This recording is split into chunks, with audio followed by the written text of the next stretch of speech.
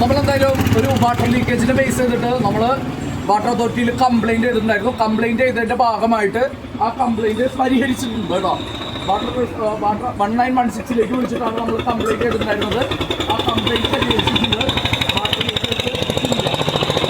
Okay, പക്ഷേ ഇവിടെ എന്താണ് പ്രശ്നം എന്ന് വെച്ച് കഴിഞ്ഞാൽ ഒരു വളവാണ്. ബസ്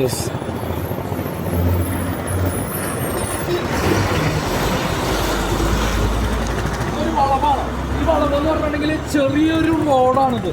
ഓക്കെ, ഇവിടെ വലിയൊരു കുഴിയാണ്. ഈ കുഴിയിൽ ആൾക്കാർ വീഴാതിരിക്കാനായിട്ട് ഇവിടെ ഒരു സംഭവം വെച്ചിട്ടുണ്ട്. മനസ്സിലാവുന്നുണ്ട്. ജനങ്ങളുടെ ജീവൻ സുരക്ഷാ മാർഗത്തിന് വേണ്ടിയിട്ട് ഹെൽമെറ്റ് നിർബന്ധം പറയുന്നുണ്ട്. ബാക്കിലിരിക്കുന്ന ആൾക്കാരുടെ ജീവന് നിർബന്ധം പറയുന്നുണ്ട്. എല്ലാ കാര്യങ്ങളും സംരക്ഷിക്കാൻ ഗവൺമെൻറ് തയ്യാറാണ്. പക്ഷേ ഈ ഒരു വളവ് തിരിഞ്ഞു വരുമ്പോൾ ഇവിടെ ഒരു ആക്സിഡൻറ്റ് ഉണ്ടാവാനുള്ള എല്ലാ സാധ്യതകളും ഉണ്ട്. ഇവിടെ 2-3 പ്രാവശ്യം ആക്സിഡന്റ് ഉണ്ടായിട്ടില്ലേ? 4-5 ആക്സിഡന്റ്സ് ഇപ്പൊ തന്നെ ഉണ്ടായിട്ടുണ്ട് ഈ വാട്ടർ ലീക്കേജ് പരിഹരിച്ചതിന് ശേഷം.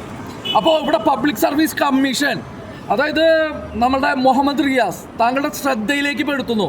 കാരണം കുറുപ്പൻ റോഡ്, അതേപോലെ തന്നെ ദിവാഞ്ചി മൂല, ഈ പറഞ്ഞ പോലെ വാട്ടർ ലീക്കുകൾ പരിഹരിക്കുന്നതോറും റോഡുകൾ കുണ്ടും കുഴിയായിക്കൊണ്ടിരിക്കുകയാണ്. അപ്പോൾ താങ്കൾ പരമാവധി ശ്രദ്ധിച്ച് കാര്യങ്ങൾ ചെയ്യുക. കാരണം താങ്കൾ ഉത്തരവാദിത്തമാണ് താങ്കളെ ഏൽപ്പിച്ചിട്ടുള്ളത്. ആ ഒരു ഉത്തരവാദിത്തം പ്രോപ്പറായിട്ട് നിർവഹിക്കാൻ കഴിയണം. വാട്ടർ അതോറിറ്റിയുടെ മിനിസ്റ്റർ റോഷി അഗസ്റ്റിൻ്റെ കസ്റ്റമർ കെയർ 1916 വിളിച്ചിട്ട് ഇപ്പോൾ കംപ്ലൈൻറ്റ് പരിഹരിച്ചിട്ടുണ്ട്. പക്ഷേ ഇപ്പോൾ താങ്കളുടെ പബ്ലിക് സർവീസുമായിട്ട് ബന്ധപ്പെട്ടുള്ള കാര്യം ഇവിടെ തകർന്നിട്ടുള്ളതുകൊണ്ട് തന്നെ ഈ വളവ് തിരിഞ്ഞു വരുമ്പോൾ നമ്മളുടെ ഗണേഷ് കുമാർ, അതായത് നമ്മുടെ മന്ത്രി ഗണേഷ് കുമാർ മനസ്സിലാക്കുന്ന ഒരു കാര്യം, ഈ വളവ് തിരിഞ്ഞു വരുമ്പോൾ ആക്സിഡൻറ്റ്സ് ഉണ്ടാവാനുള്ള സാധ്യതയുണ്ട്, അപകടങ്ങൾ ഉണ്ടാവാനുള്ള സാധ്യതയുണ്ട്. KSRTC ബസ്സുകൾ ഏറ്റവും കൂടുതൽ പോകുന്ന ഒരു പ്ലേസാണ്. അപ്പോൾ എന്തായാലും വാട്ടർ ലീക്കേജ് പരിഹരിച്ചു. ഇപ്പോൾ ആക്സിഡൻറ്റ് ഉണ്ടാവുന്ന രീതിയിലാണ് ഇപ്പോൾ റോഡ് എടുക്കുന്നതെന്ന് പറഞ്ഞുകൊണ്ട് ബൈ.